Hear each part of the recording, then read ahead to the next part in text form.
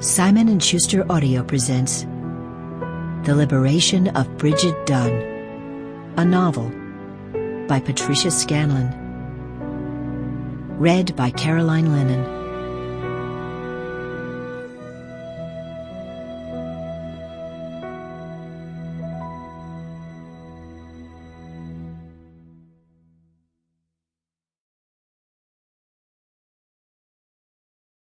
Prologue. Christmas Eve, 1953.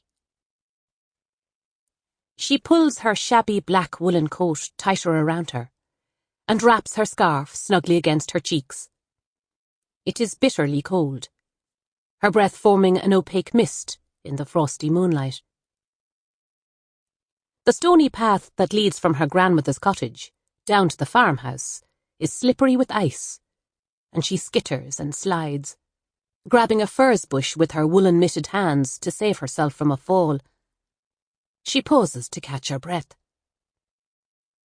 Venus, a radiant golden jewel, shines as brightly as the yellow slice of new moon against a black velvet sky speckled with glittering stars.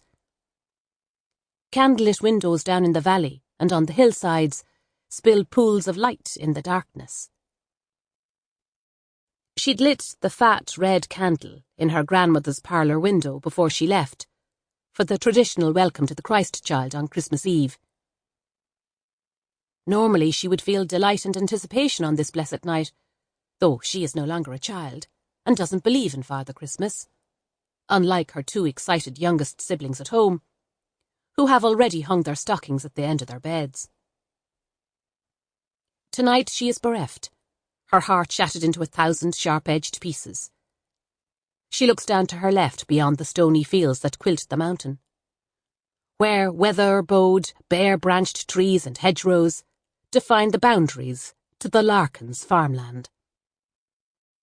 Her heart feels as though a knife has stabbed and twisted it when she thinks of black-haired, brown-eyed Johnny Larkin, who had told her that he loved her more than he'd ever loved anyone, who had pressed her up against the cold, hard wall of his father's barn, and kissed and caressed her in her most private places, and done things to her that, even though she'd demurred, and then protested, had shocked her, yet given her a fierce delight that Johnny loved and wanted her, and not that skinny little rake, Peggy Fitzgerald, whose father owned the big farm next to the Larkins.